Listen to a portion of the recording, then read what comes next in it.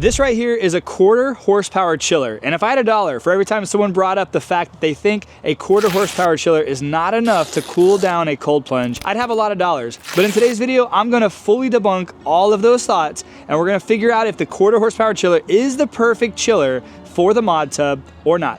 Let's get into it. The first thing I want to talk about is that it is extremely efficient. That's one of the many reasons why the 1/4 horsepower is such an attractive chiller, is that it's extremely efficient. It is actually on right now, and you probably can't even hear it. Actually, let's go ahead and test that. So I've got this beautiful little doohickey right here. I'm going to test out the decibels. This is one of the more quiet chillers on the market. So right now, it's 50 decibels outside, and when I talk, it goes up to 65 and 70. Let's take this and put it right next to the chiller. It goes up to 52 decibels right on the chiller. Now, I do want to point one other thing out. Let's go back here to the pump. The pump is 55 decibels, so a lot of people think that the chillers are gonna be really loud. Some of them are. And when this thing kicks on, it gets a little bit louder. I'm gonna leave the lid open, and hopefully this chiller is gonna kick on to where it's actually humming a little bit. It doesn't get much louder. A few things I wanna test out in this video. One is gonna be the efficiency. So I'm actually gonna test out the actual decibels when the chiller kicks on, which leads me to an important point.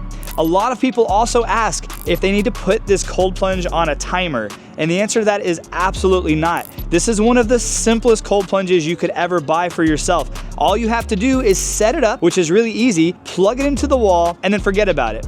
It's gonna keep the pump on, which is gonna move the water through your cold plunge, keeping your water crystal clear, but it's also only gonna kick the chiller on when it needs to chill your water. So your water in this insanely insulated tub isn't gonna need to be chilled at all times. It's gonna get it down to your set and desired temperature, and then it's going to kick off the chiller until it needs to turn back on, which is typically when it raises about 3 degrees. So your chiller is not gonna be on pulling power at all times. We're gonna test the power consumption of this. We're gonna test the actual loudness of this for people who are gonna have this indoors in a garage or even in a gym. And I really wanna talk about the efficiency, the build, and the features of this chiller, and why I really think the 1/4 horsepower chiller is plenty for this setup. So the first thing I wanna talk about is the actual build. One of the things that I personally like, this is my opinion, is that it is like a dark matte gray, black looking chiller. It's also not the biggest chiller. It's not huge. It doesn't take up a massive footprint. And the outside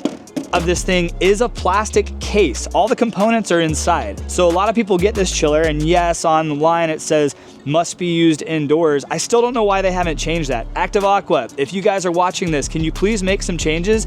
I've tested at least 15 Active Aqua chillers myself in Florida during hurricanes and thunderstorms and rain and cold weather, and I've never had a single problem with one Active Aqua chiller. So can we please change that? Because I've had mine outside fully exposed to the elements since day one on every cold plunge I've ever used or reviewed, and I've never had an issue. That being said, it does recommend putting it under a cover. It's like anything. Put your furniture outside under a cover because it's gonna last longer, it's gonna look better longer. Obviously, if you take care of your stuff, you're gonna get a longer life out of it. But I can say this, in my opinion, it's totally fine outside. I've had no issues with this. Now, I don't live in a snowy area. I'm in Florida. It's a little colder today, but I've had this thing outside on during a hurricane, and I never had an issue. When the power tripped, it tripped. When the power came back on, it turned back on. And that's another thing I love about the set it and forget it on this chiller. All the other chillers I have this crazy safety mechanism. It has its own little GFI switch, and it's honestly kind of annoying because if my power trips in the middle of the night, I don't know.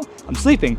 I wake up in the next morning and I go out to cold plunge, and my cold plunge isn't cold anymore because my chiller isn't even running. I hate that. I wish everyone could make that change too. But that's one of the things I really love about this chiller, is it's super duper simple. Now, I can't break the thing open, but on the inside it has anti-corrosive pure titanium evaporators. So that is going to be good for salt water and for freshwater. Remember, these things were originally designed for aquariums, like saltwater aquariums that were larger, or hydroponics, keeping the temperature of the water a specific temperature. So they're really made to be hardy and non-corrosive and to last for a long time. Here comes my geese to attack me. But then the last thing on the build that I love is that it's super simple to use. There's a power button on the front, there's an up and a down arrow, there's the screen that tells you the temperature and what's going on, then there's a boost feature and a set feature. Set is going to set your temperature. You use the arrows up and down. You can set it between 39 degrees and 65 degrees and have precision control.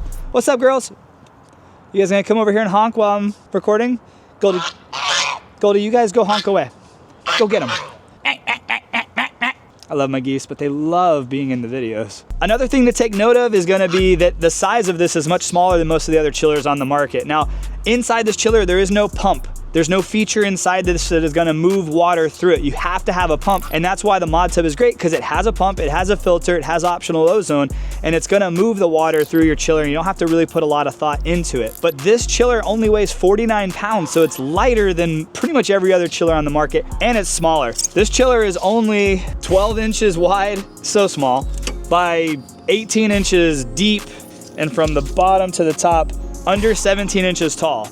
So the measurements you'll see online aren't even accurate. It's a smaller chiller than you see online if you go around and look for these chillers. But I love this chiller because it is lightweight, it's easy to move, it's easy to operate, and the build of this thing is durable, sturdy, and it outlasts most every other chiller I've used. Now we're gonna walk into my shed where I have my power to test the efficiency of this thing right now as everything is on. Once again, you keep this thing on 24/7. You set it up, you plug it in, and you forget about it. Your water's gonna stay clean and it's gonna stay cold, but it doesn't pull much power. Matter of fact, this chiller only pulls at the maximum about 4.5 amps, which is nothing.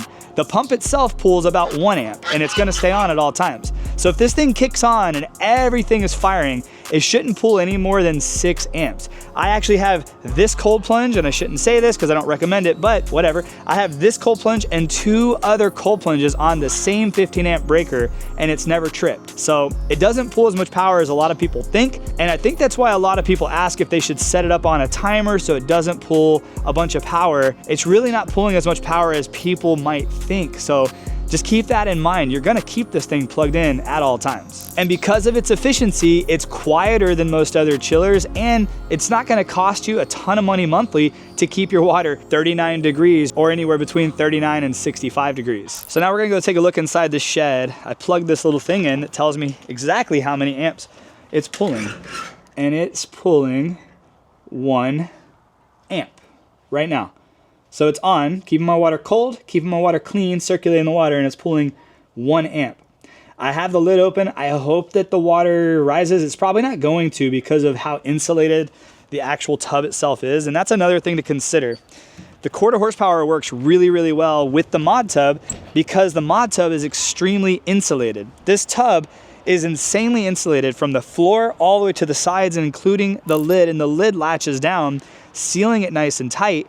And what that does is once the water gets down to the set temperature, it's not fighting the elements as hard as a lot of other cold plunges might.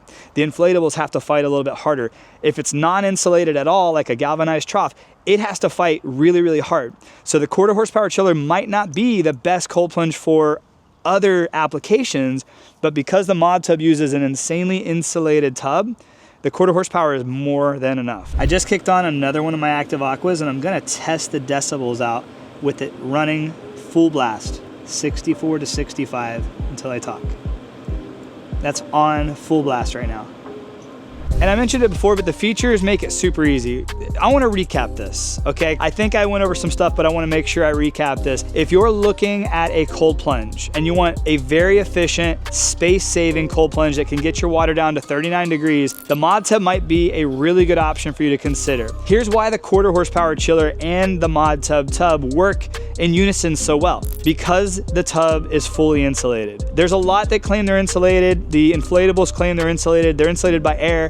Basically any space inside is gonna make it insulated. This is extremely insulated. It's got foam insulation throughout the entire thing, and the walls are thick, including the lid, so that keeps the water cold very simply. The chiller doesn't have to be overworked. It's not gonna have to kick on as often. I haven't even been able to get it to kick on myself, and I've been trying to all day so that I could film this and actually get the decibel test. Luckily, I have a couple other of those chillers that I'm able to use so you could see the decibel test there. It's a really quiet chiller. It's a really efficient chiller. It shouldn't pull any more than 5.5 or 6 amps when everything is kicking full blast. So my recommendation is if you're somebody considering getting a cold plunge and you don't want to break the bank, this might be a great setup for you to consider. Modtub makes a great cold plunge. I've been really happy with the cold plunge, and so have so many other people. So if you decide you want to just get yourself the Modtub, I will have a link and a discount code down in the description below that you should definitely check out.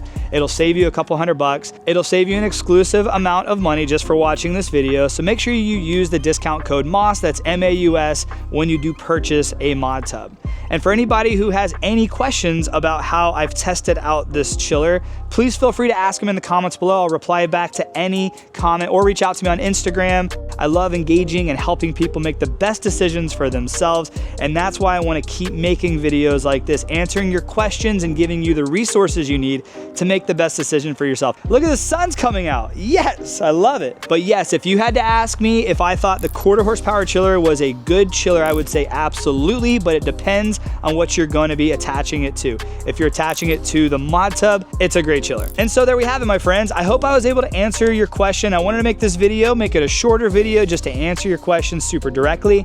And if you have any additional questions, pop them down in the comments below like I mentioned before. I appreciate you so much for watching. If you want to check out my full review of this cold plunge, which will show the entire setup, so if you're considering getting it, you know exactly what you're getting yourself into. It's very, very easy to put together. I'm gonna have that video pop up right here, so go ahead and click this video right now. It'll take you to that video and check that one out as well. I appreciate you for watching. I'll see you guys on the next video. Have a great day, my friends, and God bless.